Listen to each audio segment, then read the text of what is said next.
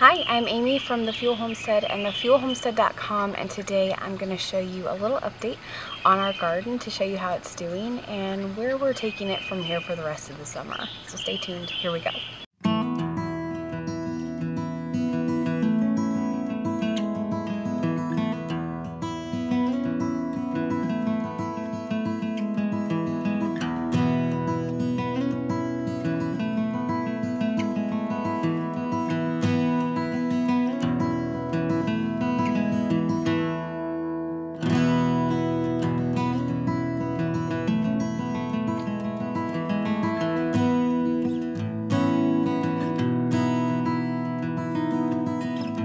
So our spring and summer here in Virginia has been really weird. It's been extremely wet. Nothing has been untouched by flooding or rainwaters, and so our garden has, needless to say, been suffering a lot this year. Now, you might remember that we made a new garden space this year, and we actually expanded our old garden space from last year. And so we were encouraged by having all this new space to have a lot more food this year, and that's not working out. The reality is that sometimes things just don't work out. Weather and Mother Nature do not cooperate. But there are some things growing, so I thought I would take you for a quick tour. Starting with the overall health of the garden, our soil has been wonderful this year. It is fertile, and we've added more rabbit manure to it this year, so it's doing a really great job with keeping up with nutrients and minerals for the plants. But what's not keeping up is the moisture in the soil. The soil, because we have red clay here in Virginia, it holds a lot of that moisture. And so when it rains, we've literally not had to water our garden all season long. And so the overall health of the garden is great, but there's a lot of individual plants that haven't made it. For example, our peas didn't make it this year. We didn't get a lot of those. Our garlic wasn't as large as it normally would be, and our onions I'm still holding out hope for the onions, but I don't think they're gonna grow like they usually would. We lost an entire half row of potatoes, which I thought was an interesting concept because if you remember, half of the row that we planted, I actually cut the potato in half, cured it, and then planted it, and the other half of the row I actually planted a whole potato. And so the ones that we cut in half and planted, they all died from root rot. They were growing fine, the plants were great and wonderful for over a month and a half, and then with all the rains that we got, they actually ended up rotting out and dying. We got a few potatoes from that batch, but just enough for a dinner one night. The other half of the potato patch, which we planted the whole potatoes, they actually are thriving really well. So we should at least get half of that batch towards fall. I went ahead and replanted this past week another batch of whole potatoes in the half of the row that I dug up, but those won't be ready until later this year. I had actually planted sweet potatoes as well. This is the first year that we've planted sweet potatoes, and I planted them in the ground and they didn't do anything for a month. They just sat there, the same size and color as they were when we purchased the slips. But then about 3 weeks ago, they started growing a little bit, and this week they've really taken off. So I think we're gonna have a good sweet potato patch this year, but we'll just have to wait and see until fall comes. Of course, lettuces and greens thrive on rain, and so our lettuce is doing great. Our mustard spinach is doing great. We have had some pest issues, but nothing that we can't get around. Those type of leafy greens are doing wonderful. Our tomatoes are doing wonderful too. You would think with so much rain the tomatoes wouldn't be doing great. They're actually doing really well. As you might remember, the entire perimeter of our kitchen garden is actually planted with tomatoes around it. And so we have some tomatoes coming up. They're doing well. I'm hoping for a really good batch this year because we go through a lot of tomato-based products like spaghetti sauce and tomato sauce in general, and so that is one of my biggest things this year, is to can all of our tomatoes that we have extras of. We have over 20 plants planted this year, and so I think that we'll be able to accomplish at least half of what I want to. I had actually planned on planting some radishes this year, and I went to the seed store and got a package, and it was a paper package. And before this last big rain that we got, I apparently accidentally left the paper package out on the deck. And so, showing you a clip, there's actually radishes growing up now underneath my deck because it rained and I went outside and all of these seedlings were growing all over our deck. I couldn't believe it. So I grabbed the seedlings up and kind of just scattered them in the garden in hopes that they would grow, and they're doing pretty well. I'm gonna have to do a lot of thinning out, but now I have radishes growing in my deck stairs, so we'll see how that goes.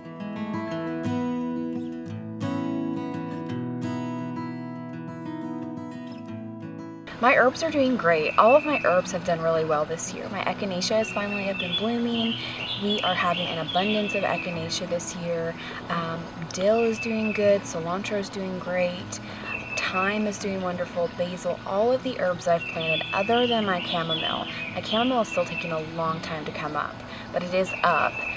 All of my herbs did great and fared through all the rain really well, which I was very happy about because we go through a lot of herbs every year, and so I was really hopeful that I wouldn't lose my herb harvest like I did last year when we planted the new garden. Our squash is growing, our peppers are growing, but those two types of plants, again, not plants that really love a lot of water, and so they're kind of stunted. That's been our biggest issue this year with the garden, is a lot of growth that we're seeing, it just stops. It doesn't die, it just stops growing. So we're giving it extra plant food, we're giving it extra manure, we're giving it extra nitrogen in the soil, but it's just a patience game really for us this year. We're not going to get what we thought we were going to get out of the garden this year, unfortunately, but we will take whatever we can get, because whatever we plant that grows and is abundant, and even just a little bit, is a blessing. And so we are not going to take that for granted, and we will just chalk it up to a lesson learned. We've been utilizing our farmers market a lot this year because of the issue here in Virginia with all of the rain, and a lot of the farmers at the farmers market have greenhouses, and they live in sandy areas down towards the river, and so they actually have better soil drainage. And so we've been utilizing our local farmers market, which is wonderful because you have that to fall back on years where your gardening, especially up here in the mountains, is not as good as gardening, say, in a sandier area in a warmer climate. As you might also remember, we did a lot of landscaping last fall in preparation for this year, and our landscaping is doing really well.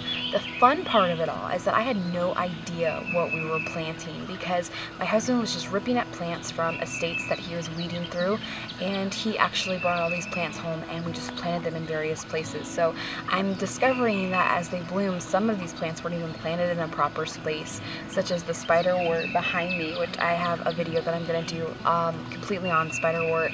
It actually prefers shade, but it's thriving here in the sun.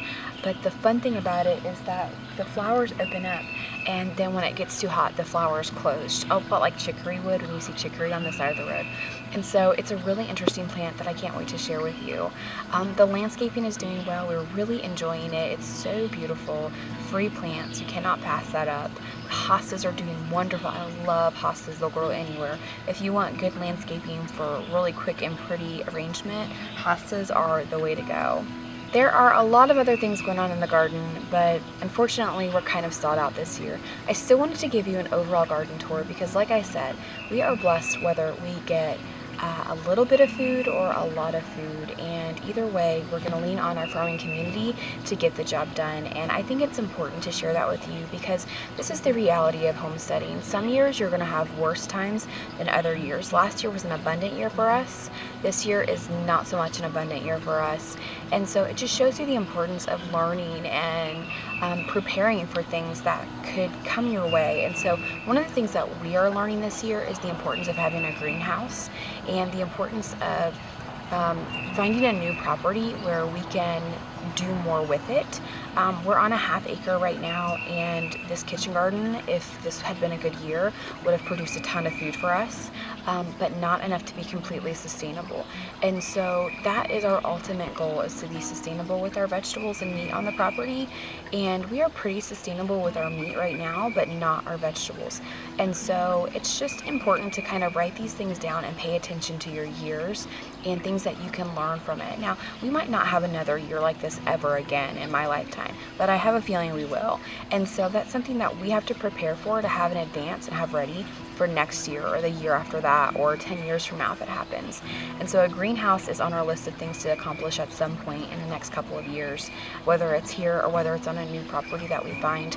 And honestly, just enjoying the journey, because the reality is that some seasons are dry and then some seasons are stormy, and you have to learn how to weather through all of them. And so this garden has taught me not only the patience as a gardener, but the patience as a human being, and really leaning on Christ to kind of get me through the disappointments of watching things not grow, or watching things die, or watching things just do nothing, like just sit there and do nothing. And so it's been not only a lesson in gardening and homesteading for me, but it's been almost a spiritual journey for me as well.